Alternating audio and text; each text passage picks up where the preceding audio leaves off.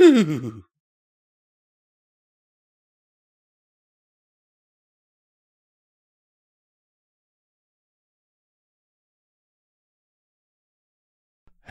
everyone and welcome back to another Pony&Wolf Productions video. My name is Visual Pony and today we are reading the story The Giving Fluttertree by Hungerbear.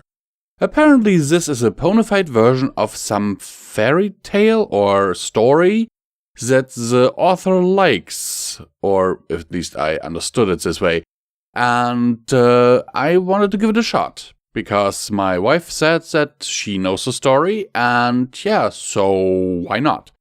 And if you guys have not been following our current community feed, our videos have been mostly deemed not advertiser friendly.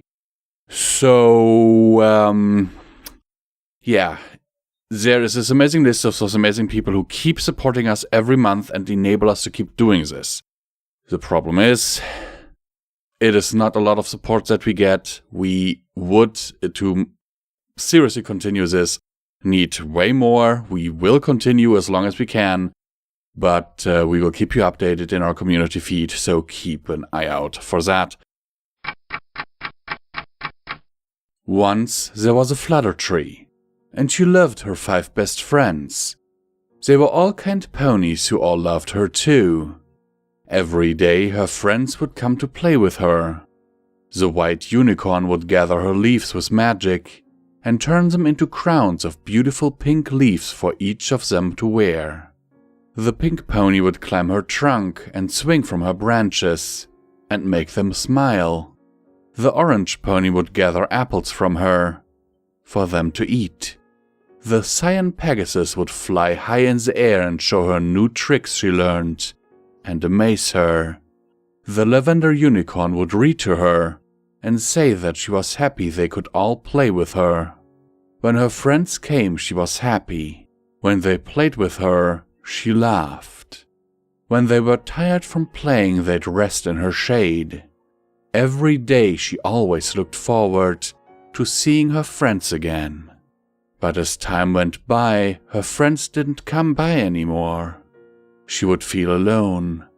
Then, one day, the white unicorn came to the Fluttertree, and the Fluttertree said, "Come and eat my apples and swing from my branches and rest in my shade. Come and play with me." "I am too busy to play with you now," the white unicorn said. "I want to go out to new places and meet new ponies.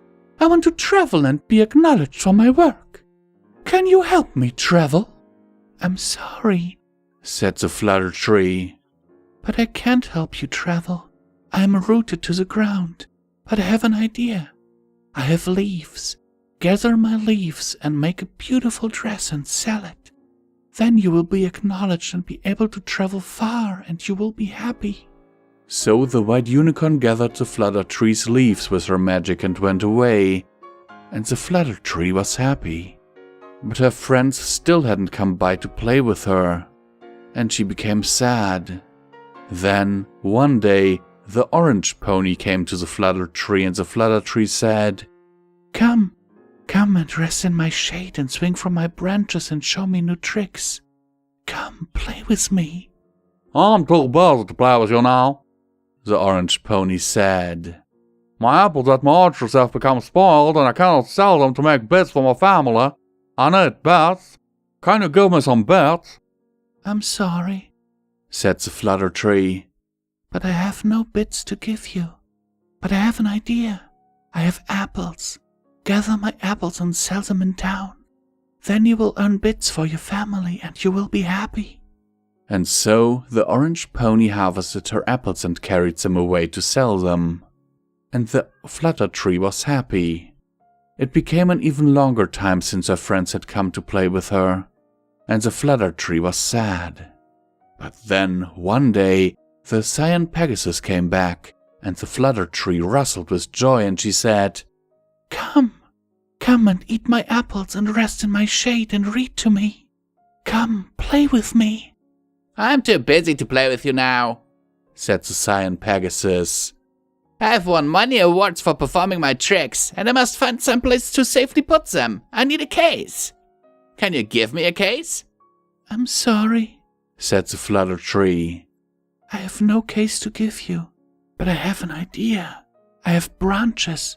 Collect my branches and make them into a safe place for your rewards. Then you will have a case and you will be happy. And so the Cyan Pegasus collected the branches from the Fluttertree and flew away with them to make a case. And the Fluttertree was happy. Time went on for much longer than the last time one of her friends came to visit her and play with her. And then the pink pony came to the Fluttertree. She was so happy she could have wept like a willow. Come, she cooed. Come and play with me. I can't play with you, I'm too busy, said the pink pony. I want a home, one I may call my own and will keep me warm. I want to have a family, but I need my own home. Can you give me a home? I'm sorry, said the Fluttertree. The field is my home. I have no home to give you, but I have an idea. My trunk. Cut down my trunk and build a home from it, said the Fluttertree. Then you will have your own home, and you will be happy. And so the pink pony cut down her trunk and took it away, leaving her alone again, as she has begun to get used to being lonely. And the Fluttertree was happy. Well, she could only hope she was. She had not remembered the last time one of her friends had come to play with her before, so long ago. And after a long time, the lavender unicorn came to the Fluttertree. I'm sorry, the Fluttertree whispered. But I have nothing to give you. Our friends have harvested my apples to sell them in town to earn bits for their family. It's okay. I'm not hungry for apples, said the lavender unicorn. My leaves are gone. Our friends have gathered them to make a dress, to sell and be acknowledged, and to be able to travel abroad. The Fluttertree cooed. It's okay, I don't need the shade, the lavender unicorn said. My branches are gone. Our friends have taken them to create a safe place for the rewards they earned with their amazing tricks. The Fluttertree spoke softly. It's okay, I didn't want to swing on the branches, the lavender unicorn responded. My trunk is gone now. Our friends have taken it to create a home to call their own and keep them warm, and for their family they want to have, the Fluttertree said. It's okay, I was never that good at climbing anyways, the lavender unicorn giggled. I'm very sorry, the Fluttertree sighed. I wish I had something left to give you, one of my friends, but I have nothing. I'm only a stump now. I'm sorry.